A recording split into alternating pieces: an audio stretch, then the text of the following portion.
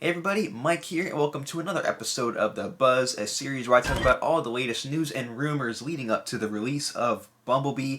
In today's episode, we're going to be making a prediction and look at what I think Bumblebee is going to score on Rotten Tomatoes. Now, Transformers and Rotten Tomatoes are two things that just do not go well together.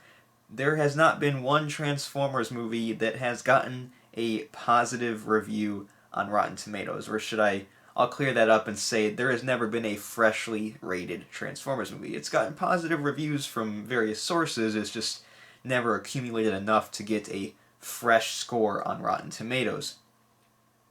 Will Bumblebee be any different? Well, we're going to analyze this and figure out what I think. But first, let's take a little dive into the past of the previous 5 Transformers movies. And we'll start off with the first one, Transformers. This is the closest that they have ever gotten to a fresh score on Rotten Tomatoes. The first Transformers film is sitting at 58% on Rotten Tomatoes. You need to get 60% to be considered fresh. So the first film is by far the best critically rated Transformers movie. Just came short of that coveted 60%.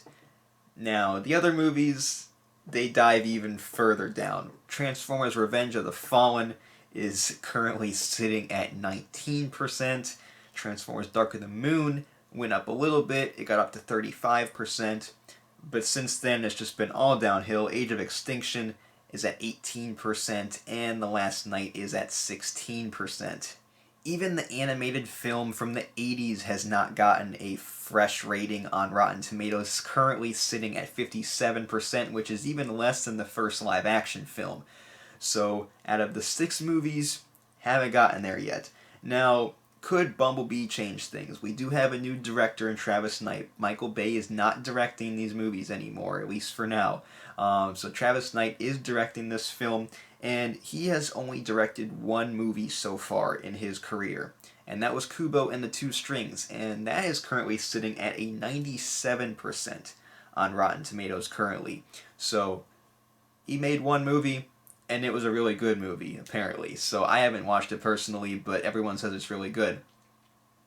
Now, Travis Knight has also produced 2 movies under Leica Studios, which he is the CEO. And those other 2 movies are Paranorman and The Box Trolls. Paranorman is at 88%, and The Box Trolls is at 76%. So Travis Knight has a very good track record so far. He's been involved in 3 movies. Those 3 movies have gotten very high critical scores. So that's good news for Bumblebee.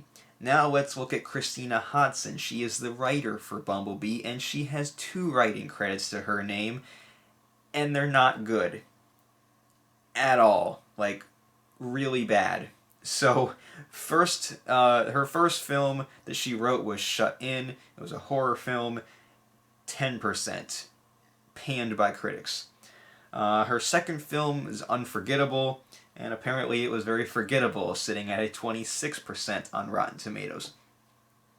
So that's where I get a little worried, because Christina Hudson wrote the script, and the script is, a big part of the movie. It's the story. If you don't have a good script, you can't make a good movie, so that could be a problem. Travis Knight definitely knows what he's doing. He's develops a lot of character and heart in his films, his animated films. This will be his first live-action outing. But, if you have a bad writer and a good director, the chances of it being a bad movie go up. However, we apparently had some rewrites that went on, and those rewrites were done by Kelly Craig. Kelly Craig wrote Edge of 17, which is a coming-of-age story, kind of like what Bumblebee is for Haley Steinfeld's character, and Haley Steinfeld starred in Edge of 17, and it was a very critically raved film. It is now sitting at a 95% on Rotten Tomatoes, so Kelly Craig knows what she's doing in the coming-of-age department, along with working with someone with the star power of Haley Steinfeld, so that's a plus. So even if we had Christina Hudson maybe write a okay script, maybe Kelly Craig could have gone in there and did some rewrites and improved it. So that's definitely a plus for Bumblebee.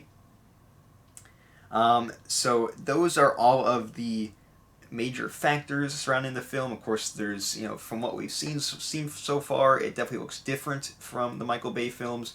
It looks like it has some heart, but also trailers can be deceiving, as we have known. So it's really hard to tell how this movie is going to perform critically, as well as in the box office. And I'm going to be having a box office prediction video coming up soon as well. So it's really tough to make an accurate guess as to how good this movie is going to be. So a few months ago, I ended up predicting that I said that it was going to be about a 68% rating on Rotten Tomatoes, which would make it fresh. I do think that critics will like this movie to an extent. I don't think they're going to say it's one of the best movies ever and it is just some type of tremendous film and it's so incredible. No, I don't think that's going to happen. I think that the critics are going to say that this is a solid movie, which is better than the previous 5 Transformers live action films, and it is good.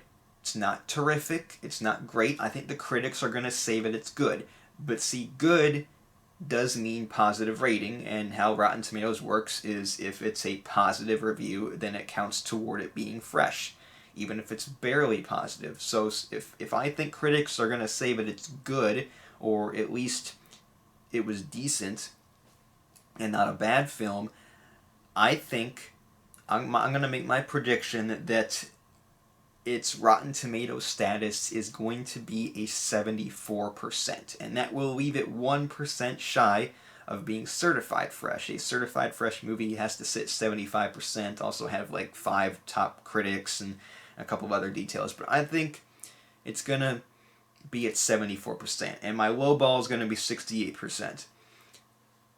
This is a bold choice because it is going to be a fresh review in my thoughts right now. It could be another bad, poorly rated Transformers film. But it's hard to tell because we're in uncharted waters here.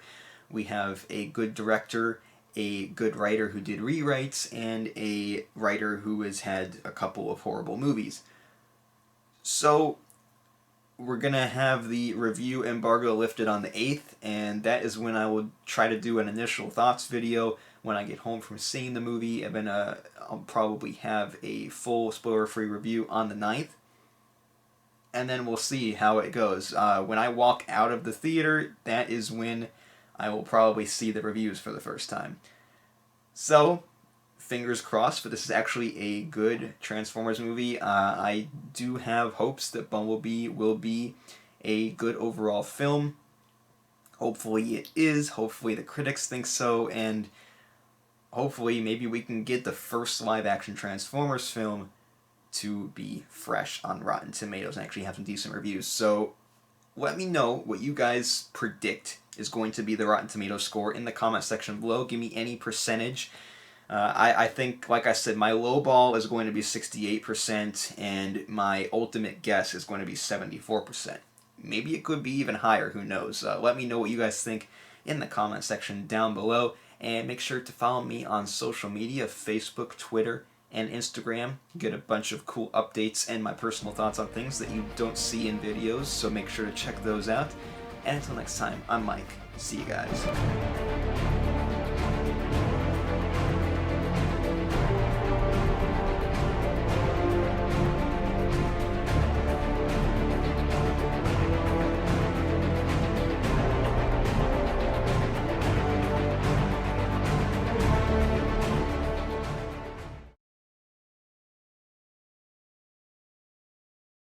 Hey everybody, Mike here, and it's time for another episode of The Buzz, a series where I go all...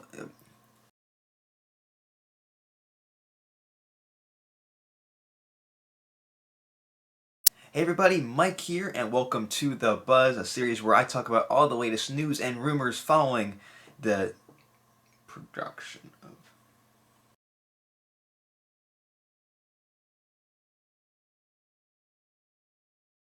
It could be another bad, poorly... it could be another bad, poorly rated Transformers film.